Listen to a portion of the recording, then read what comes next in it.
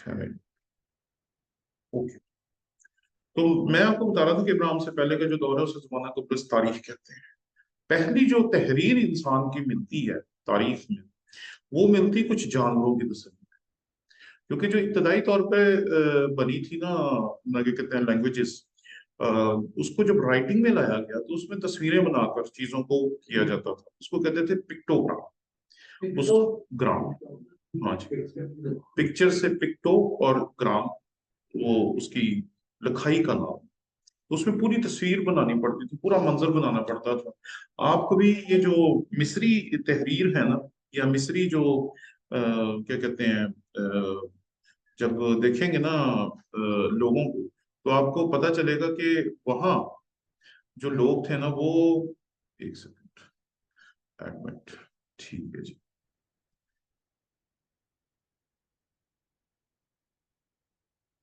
आपको मेरी आवाज अब ठीक आ रही है?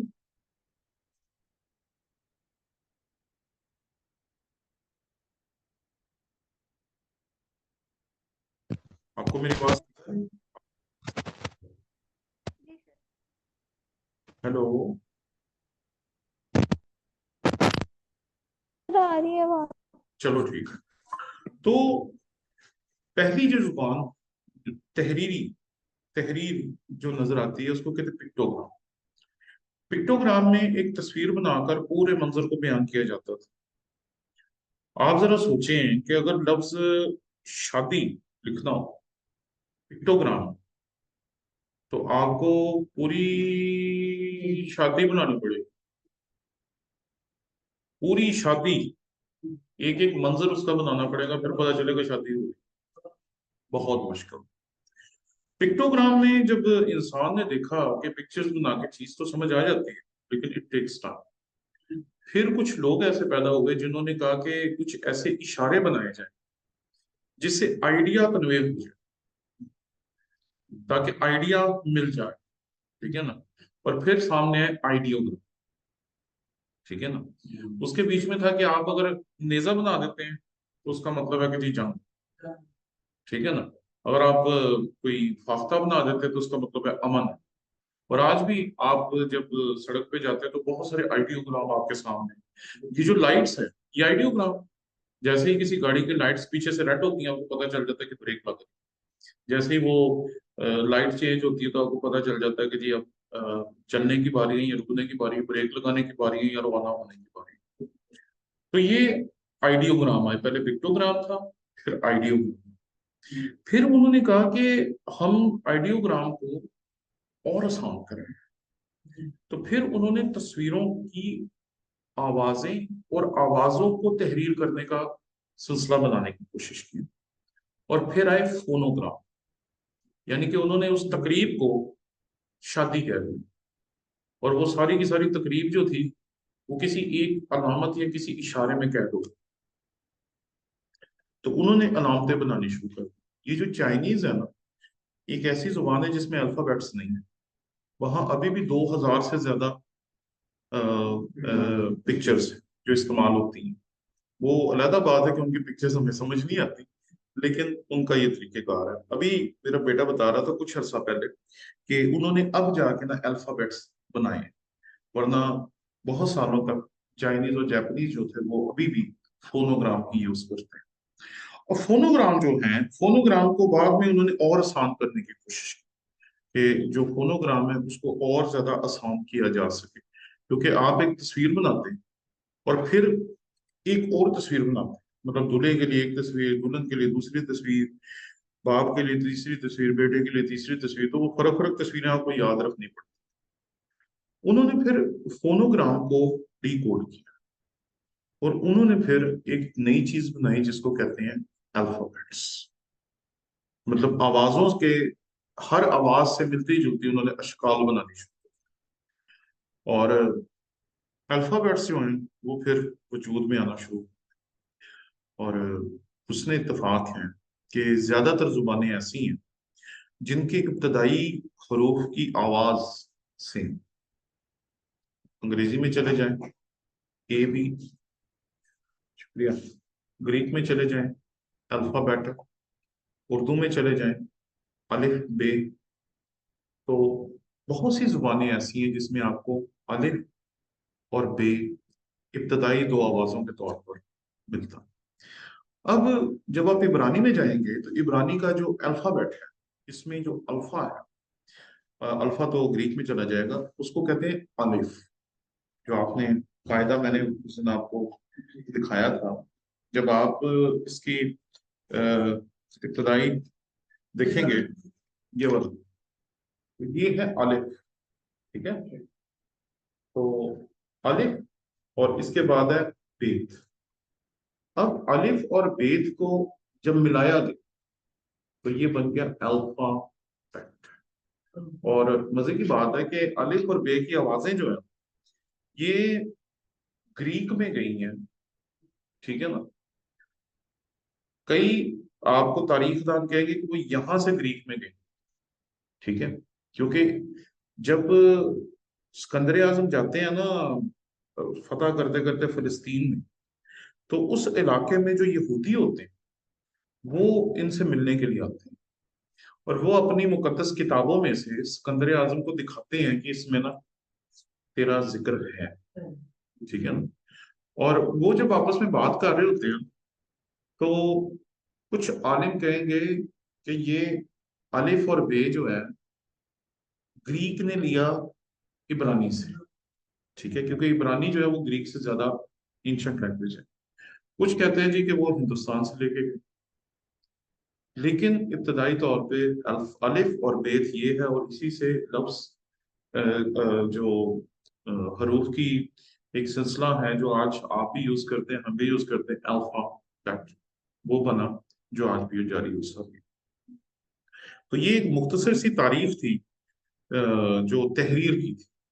पहले हमने हिब्रू लैंग्वेज की तारीफ देखी, फिर आज हमने इसकी जो राइटिंग है उसकी तारीफ देखी। और आपके पास कायदा है या नहीं है? लेने लेने कोई मसला नहीं।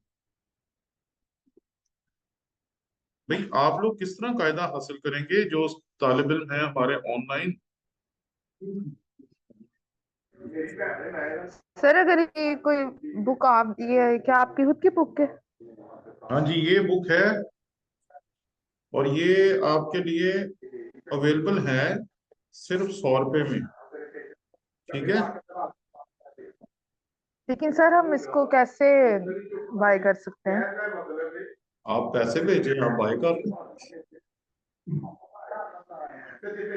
ठीक है सर, आप बता दें कितने, हम ट्रांसफर कर देंगे। चले आपको ना ऐसा है कि आपको दे देंगे, लेकिन आप लोगों ने एक चीज रखनी है, आपने इसका पीडीएफ शीडीएफ नहीं बनाना। ठीक है जी, क्योंकि जी सर ठीक है। ये आप लोगों की मिल्कियत है, ये हमारे इब्रानी के तालिब इल्मों की मिल्कियत है। ठीक है ना, और जो इसकी जी सर। कॉस्ट है वो इसकी प्रिंटिंग कॉस्ट है दरअसल, क्योंकि ये एक बड़ी खास सोच के तहत है। इस कायदे को कोई बंदा खुद पढ़ के इब्रानी नहीं सीख सकता।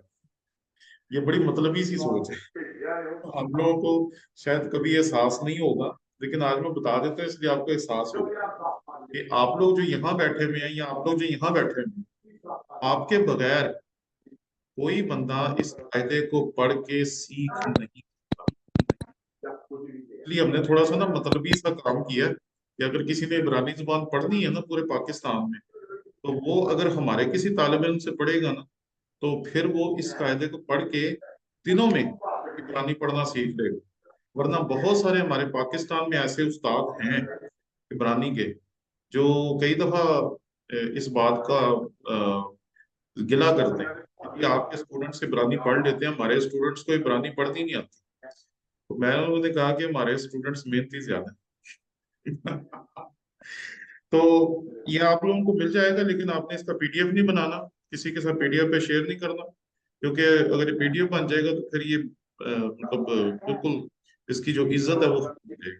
ठीक है ना, अगर आप नहीं ले सकते ओके तो सर। मुझे बताइएगा, मैं आपको फ्री भेज दूंगा, लेकिन आपने इसका पीडीएफ वगैरह बना के कुछ भी नहीं करना। आज हम इसका पहला सफा जो है इसको पढ़ेंगे। ठीक है जी।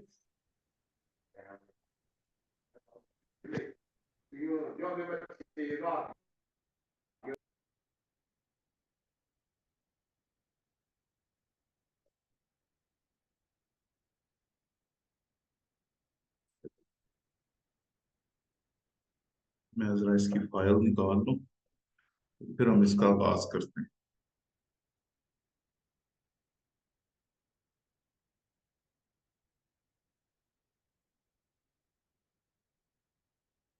कोई क्वेश्चन आप लोगों का, अगर जो ऑनलाइन बैठे हुए हैं, अगर आप में से किसी का कोई क्वेश्चन हो तो आप पूछ सकते हैं।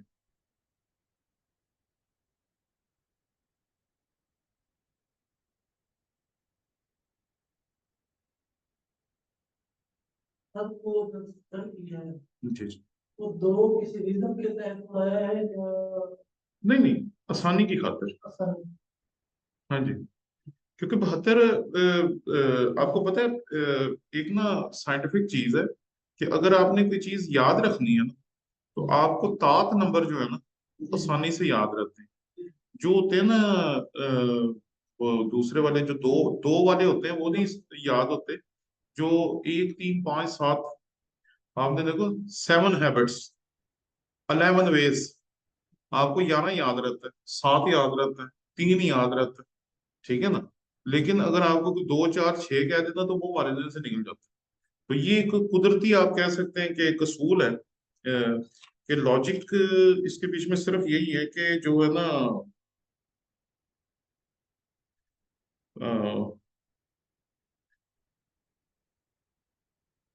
लॉजिक इसमें सिर्फ यही है कि हमें जो चीजें याद रहती हैं उसी को।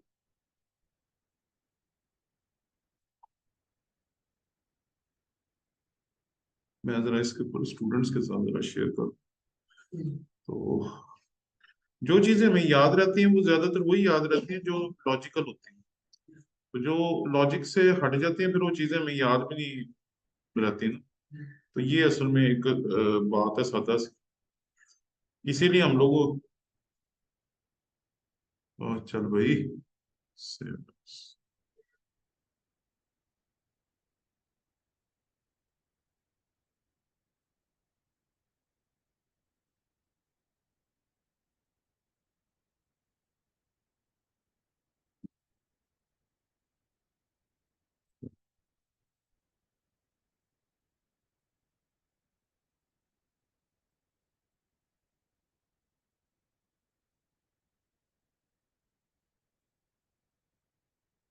ये आप स्क्रीन दिखाई दे रही है?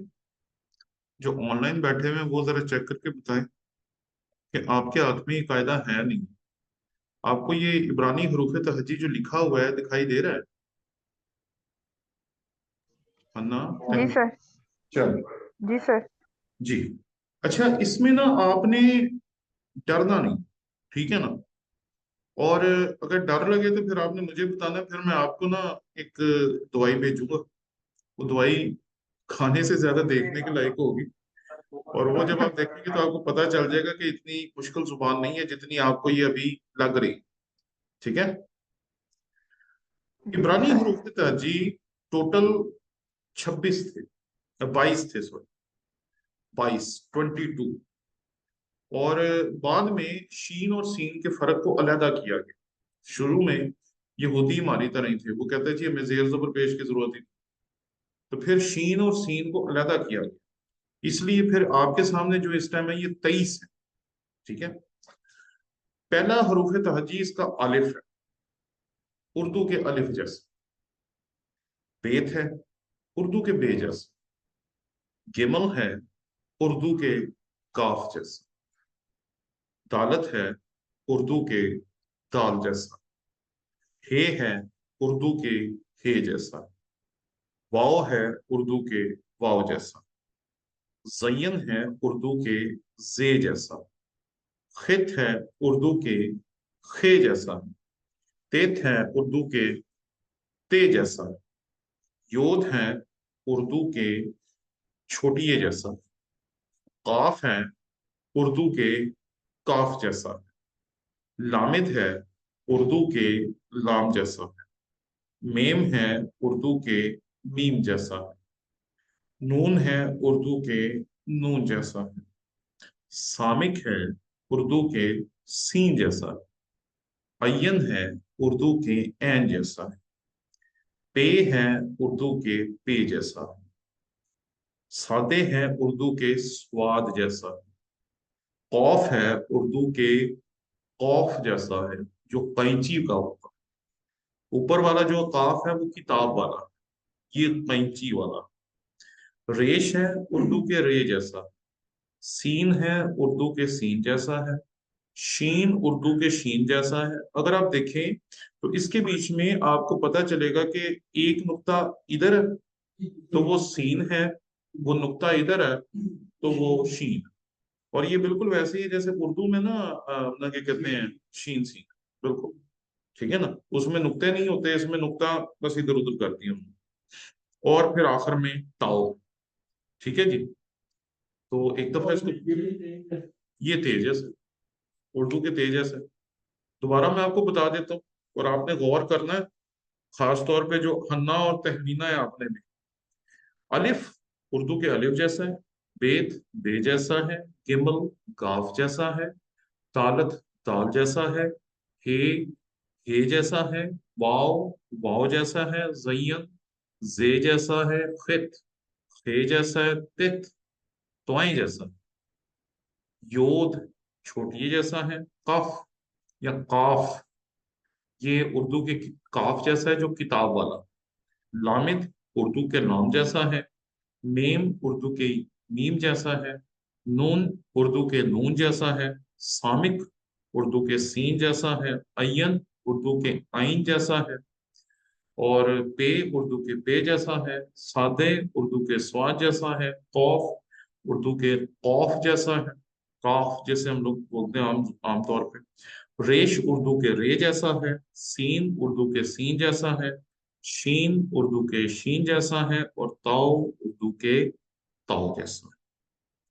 अब आपने एक कलम अपने हाथ में लेना है, कागज अपने हाथ में लेना है, और 100% नकल मार के आपने अपना नाम इबरानी हरूफ तहजी को मिला के लिखना है अभी।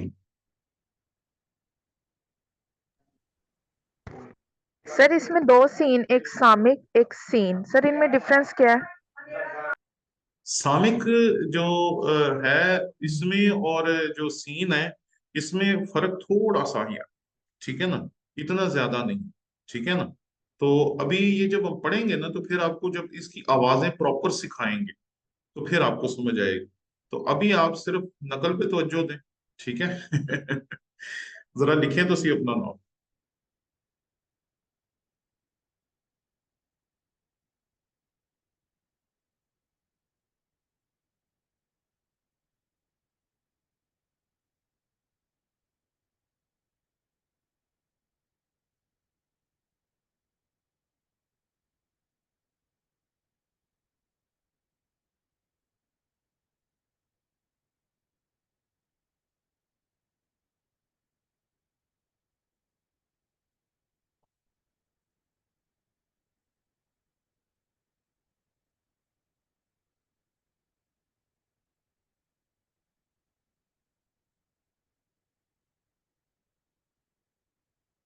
हाँ जी, लिख लिया कि नहीं लिखा?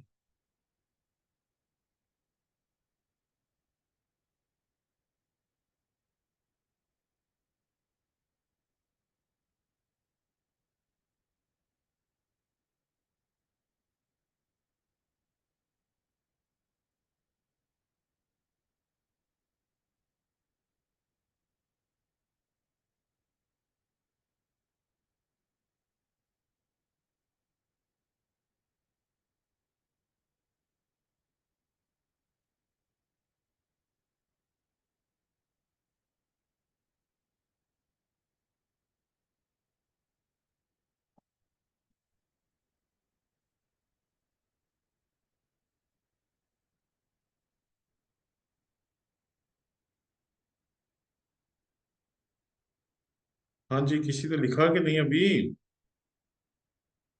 हाँ जी,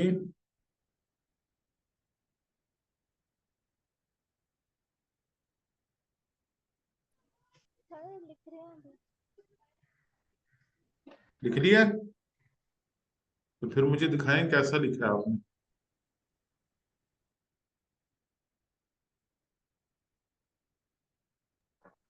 सर इसमें जो हे है, ऊपर जो हे लिखा हुआ है, जी। वो इनमें कोई डॉट वाला हे तो नहीं है ना? नहीं बेटे, कोई डॉट वाला है नहीं। सर हेत के अलावा कोई हे की आवाज तो नहीं है ना इनमें? ये है की आवाज है ना, ये है की आवाज है। हे, अच्छा। अलिफ और नून किधर गया? सर नून ये मीम के साथ। और अलिफ, ठीक है। सर वो वाला ही आएगा ना, हे बढ़िए। हाँ, आज आपको 7 खून माफ है। आप आज इब्रानी के साथ जो कुछ मर्जी कर दो, कोई बात नहीं।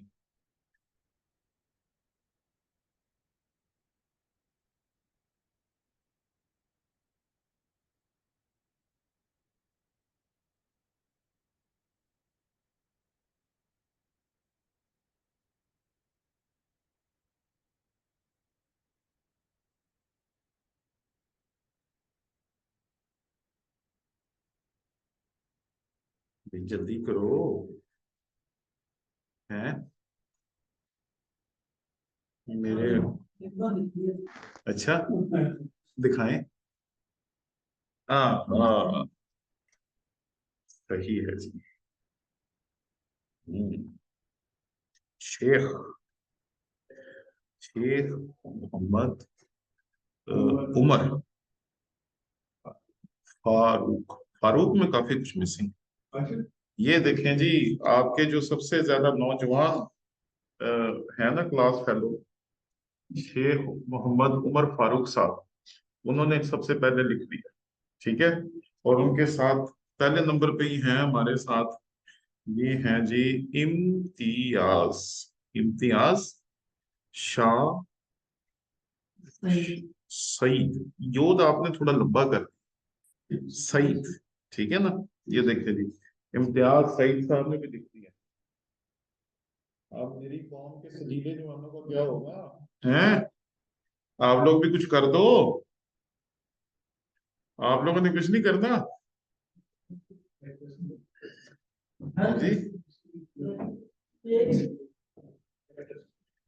देखिए जी, आपके पास आज एक चीज है, और वो चीज ये है कि आपने आज पहली दफा इब्रानी हरूफ तहज्जी देखी और फिर उसमें अपना नाम लिखा, which is your first step.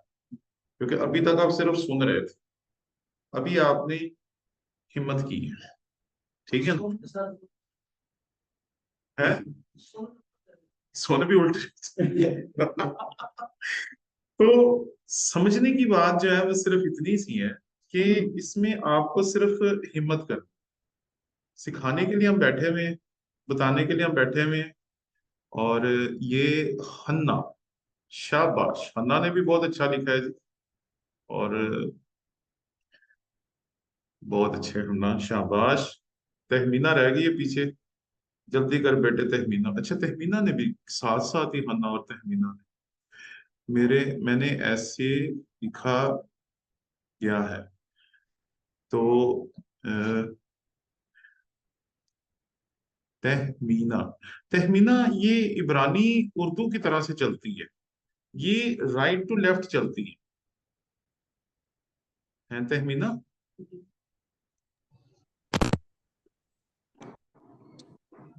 तो आपने जो लिखा है ना वो गलत नहीं है, लेकिन थोड़ा सा ना इसको सही करने की जरूरत है। ठीक है। तो हाँ जी, तह,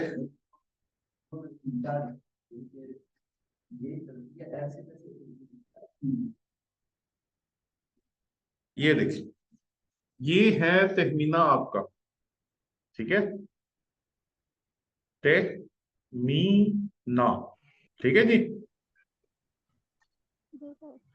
चलिए आप सबके लिए जोरदार ताली। थैंक यू तो, सर। तो ये जो है ना इब्रानी जुबान, मैं आपको साफ कहना चाहता हूँ कि it is not a difficult language. ठीक है। लेकिन इसको जो सीखने का तरीके रहा है हमारा, वो गलत रहा। ठीक है।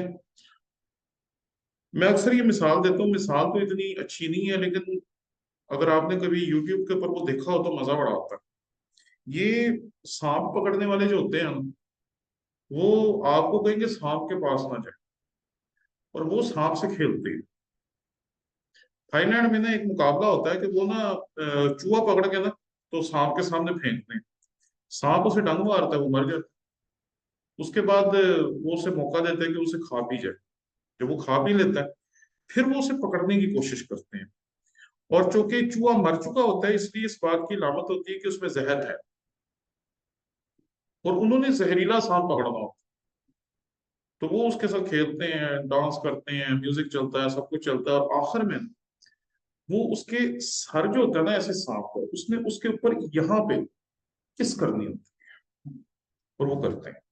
ये उनकी प्रैक्टिस। मतलब एक तरीके का ऐसा भी है जिससे आप सांप को भी पकड़ सकते हैं, लेकिन वो आपने ट्राई नहीं किया। तो इब्रानी जुबान सीखने का और सिखाने का जो हमारा तरीकेकार है, वो ऐसा है कि 10 दिन बाद बंदा इब्रानी पढ़ना शुरू कर देता है। 10 दिन बाद, बस, ज्यादा नहीं चाहिए। लेकिन जो ग्रामर है उस पर टाइम, जो प्रोफिशिएंसी है, जो फ्लुएंसी है, उस पर टाइम। उसमें आपके पास, हमारे साथ अभी आपके पास जुलाई तक का टाइम। तो हमारे पास आपके हम हमारे पास एक दूसरे से सीखने के लिए अभी 6-7 माह हैं, जिसमें हम बहुत कुछ सीखेंगे। हमने अभी तक हिस्ट्री देखी, हमने history of the Hebrew language देखी, फिर हिस्ट्री ऑफ अदर थिंग्स देखी। अब हमने अल्फाबेट्स पे काम शुरू किया। ठीक है। एक आपके लिए अच्छी खबर है और एक बुरी खबर है। कौन सी खबर पहले सुननी है, आप बताएं। अच्छी क्या बुरी सर बुरी सुना दो। है? सर बुरी? हम बुरी सुनने के बाद अच्छी सुनना चाहेंगे। अच्छा अच्छा अच्छा अच्छा। बुरी खबर ये है कि कल आपकी क्लास होगी।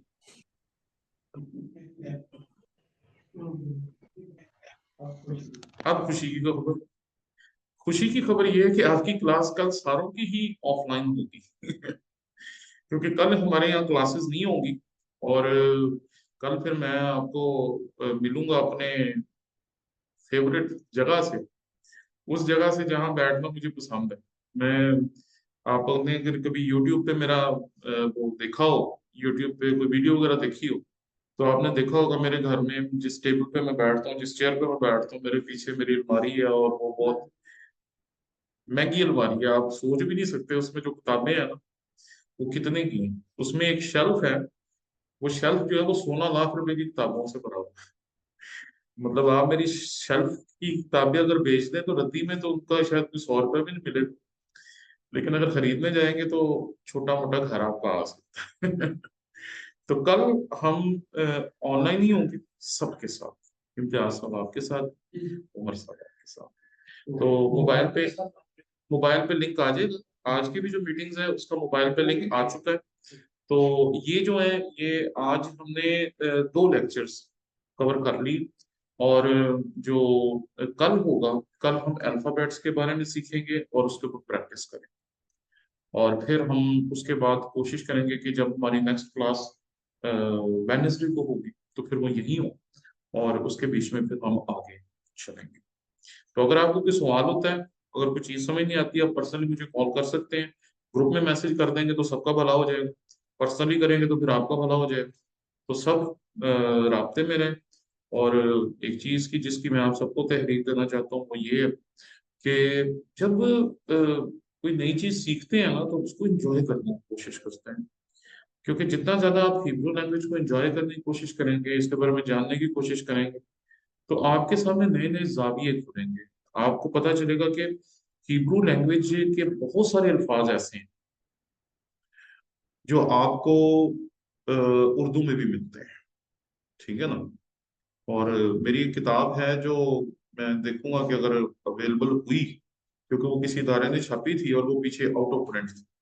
तो अगर वो प्रिंट में अवेलेबल हुई तो वो फिर मैं आपको आने वाले दिनों में मंगवा दूंगा। उस किताब में आपको ऐसे तकरीबन 100 मुतरादफात मिलेंगे जो इब्रानी में और उर्दू में सेम, यानी कि वही लफ्ज इब्रानी में है, वही लफ्ज उर्दू में है। मतलब एक लफ्ज आप इस्तेमाल करते हैं आखिर, एंड के लिए, आखिरी के लिए। ये सेम इब्रानी में भी ऐसे आदम लफ्ज आप इस्तेमाल करते हैं, ठीक है ना। और इस तरह के एक लफ्ज हम उर्दू में इस्तेमाल करते हैं, अब्बा। ये अरबी में अब है, और अरबी और उर्दू के लिंक से इब्रानी में भी अब है, और हम आमतौर पर इस्तेमाल करते हैं अब्बा। ठीक है जी। इसको आप क्या कहते हैं, इस चीज को, ये जो है आपकी स्किन, इब्रानी में इसको कहते हैं गिल्द, और उर्दू में कहते हैं जिल्द। ठीक है ना। तो इस तरह बेशुमार अल्फाज, और जो अरबी की वजह से, क्योंकि जो अरबी दान यहाँ आए तो वो अपने वोकैबुलरी साथ लेके, क्योंकि इब्रानी और यूनानी एक ही रीजन में बनी, और इनको सिस्टर लैंग्वेजेस इसीलिए कहते हैं क्योंकि एक ही इलाके में दोनों कौमें आबाद थी, तो इनकी वोकैबुलरी सेम। और आपको बहुत सारे ऐसे अल्फाज मिलेंगे जो बिल्कुल एक दूसरे से मिलते जुलते होंगे, और मैं उम्मीद करता हूँ कि हमारा ये जो सफर है ये आपके लिए और ज्यादा बाइस सफर। तो हमारा ये दूसरा सेशन भी कंप्लीट हो गया, इसलिए आज आपको एक वीडियो नहीं, दो वीडियोस मिलेंगी, एक पहले सेशन की और एक जो ये सेशन था जिसमें आपने इब्रानी लिखना सीखी है। तो बाकी तालिब इल्म जो आज नहीं आ सके वो कल जरूर आए, क्योंकि कल क्लास हमारी ऑनलाइन होगी। तो मैं चाहूंगा कि आप लोग जो सब यूनिवर्सिटीज में या बड़े इदारों में पढ़ते हैं वो जरूर ज्वाइन करें, ताकि हमें बार बार अपने लेक्चर्स रिपीट करने ना हो। क्योंकि पहले हम लोग बार बार लेक्चर रिपीट करते थे, लेकिन अगर आपका लेक्चर मिस हो जाता है तो आप उसे यूट्यूब में, हमारे यूट्यूब चैनल पे जाके सुन सकते हैं। Okay ji, God bless you. फिर ना चाह तो आपसे कल मुलाकात होगी, और ये सिलसिला इसी तरीके से जारी रहेगा। ओके, खुदा हाफिज। Thank you sir. Thank you.